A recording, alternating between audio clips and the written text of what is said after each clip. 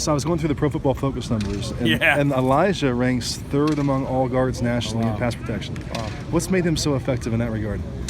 Well, I think one is just his athleticism, to be able to move his feet, recoverability, set an anchor on pass where you get knocked back. Very coachable, understands the technique we're trying to teach. Just God-given ability, a lot of it.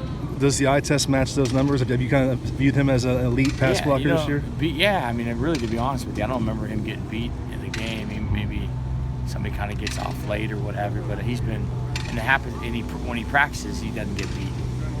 So he carries over what he doesn't practice into the game. What did you see from him last year that you were able to kind of project he might be this guy, or has he surprised you in some ways? No, he hasn't surprised me at all. I knew when last year, at the end of the year, that he was special. He's really athletic. He's got good recoverability. Football is really important to him. Like he's a football junkie. He's into it, And a guy like he'd be able to change direction at the second level, come off to a linebacker, and his feet are underneath him, and he strikes the target and doesn't fall on the ground and is not half on the block, half on the body.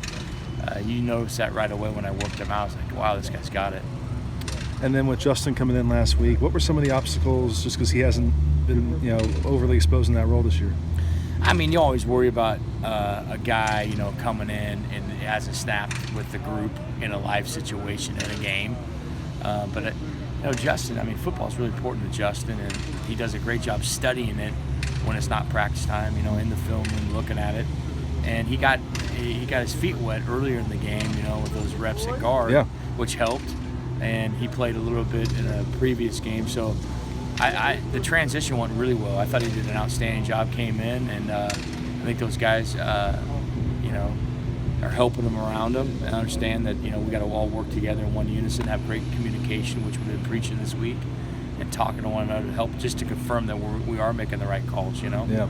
So Elijah said there were some moments early on that they kind of had to help him, and obviously it's to be expected. What was the biggest thing that you had to work on with him after the game, the last couple days in practice, just to kind of hone in on?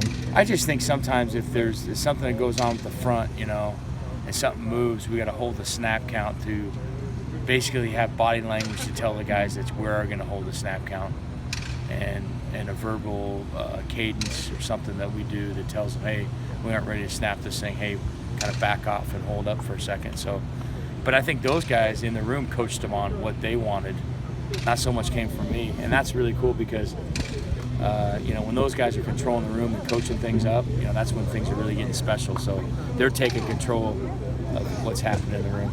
Is that a? It seems like center would be like the toughest position to step in cold in the middle of the game.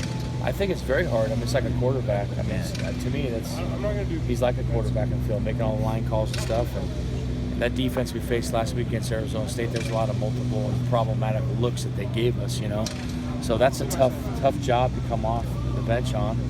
Plus, so many teams now play these odd fronts, but they got the 300-pound guy that's blowing snot bubbles right down your face. It's like you got to make a call, and you're like, yeah, can I really see through that body to what the front is? So it's a really cherished position. It's a very, very important position, and usually you want the smartest guy at that position, which Justin brings that. Be able to make when the screen changes and to be able to make those calls. Does it help that him and Keaton just had that familiarity working together, especially through camp? Yeah, I think so. Yeah, I think that's helped. I think that's really helped, and he's got some work with the run ones too, so that helps too. But all that stuff, I think it does help. Yeah, absolutely. How tight was that competition between him and Brett in training camp? It's always been tight. I think both of them are very good players. Their ceiling's very high. I think it's always a competitive matchup between those two, and I think that Brett's a little year older.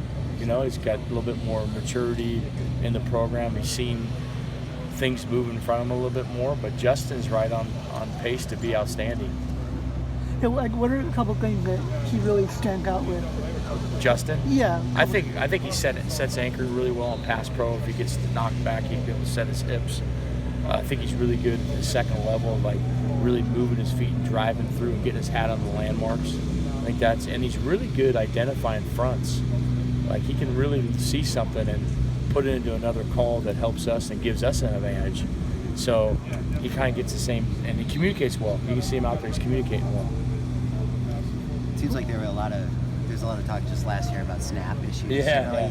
It hasn't seemed like that's come up hasn't been in at all this year. Is that just a credit to Brett and Justin? They've kind of gotten that. Or I think it's the importance of just like we chart every snap, and just tell them where the snap's going. So we made an importance of, hey, we got to get better at that. And we did that in spring and through training camp, halfway through the fall and stuff. So that was an important thing that we made a big emphasis on. And they'll, what you're preaching and what you're coaching is what they're going to do.